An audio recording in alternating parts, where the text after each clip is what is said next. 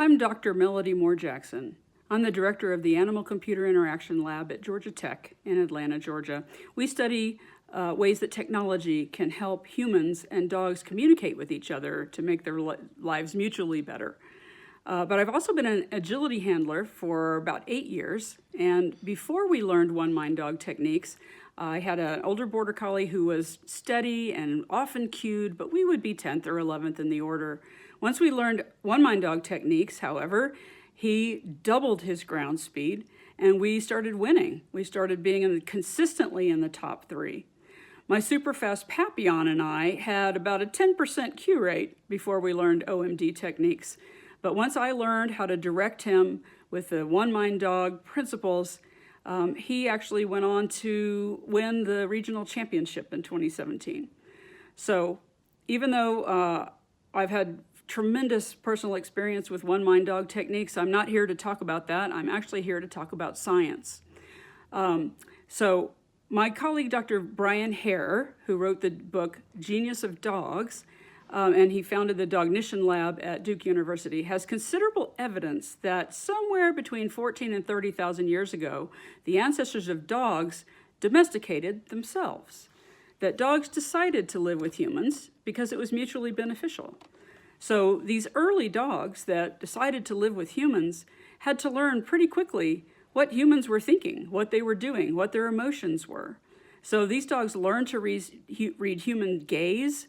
They learned to read human motion, the direction of the human's shoulders, the direction of the human's feet, to know what the human was doing. So if the human suddenly gazed off into the distance, the dog would mimic that gaze as well, because there might be something dangerous coming, or there might be something wonderful, like a family member coming. But the dog would notice what the humans were doing, and they would react to that. So therefore, dogs evolved over thousands of years to be the best noticers of humans in the world. Another colleague, Dr. Greg Burns of Emory University, and his colleague Mark Spivak have studied dogs by training them to lie still in a functional MRI magnet so they can study the workings of their brain while they do mental tasks. And they've actually discovered that dogs have a portion of their brain devoted to understanding human language. That is just astonishing. But it makes sense to anyone who has trained a dog, that dogs literally have a portion of their brain devoted to understanding us. So I was impressed immediately with the OneMind dog because it is based on all of this solid science. The dogs naturally understand human gaze, human motion, and human gesture from these thousands of years of evolution.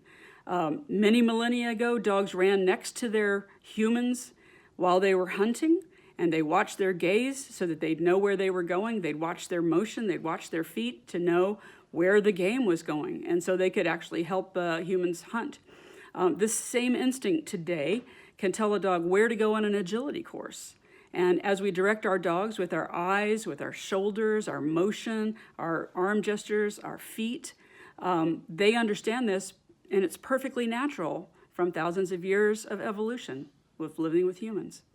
So even though the creators of OneMind dog, Yanita and Yako, are not scientists by training, they are dog training geniuses because they experimented with how dogs understand us.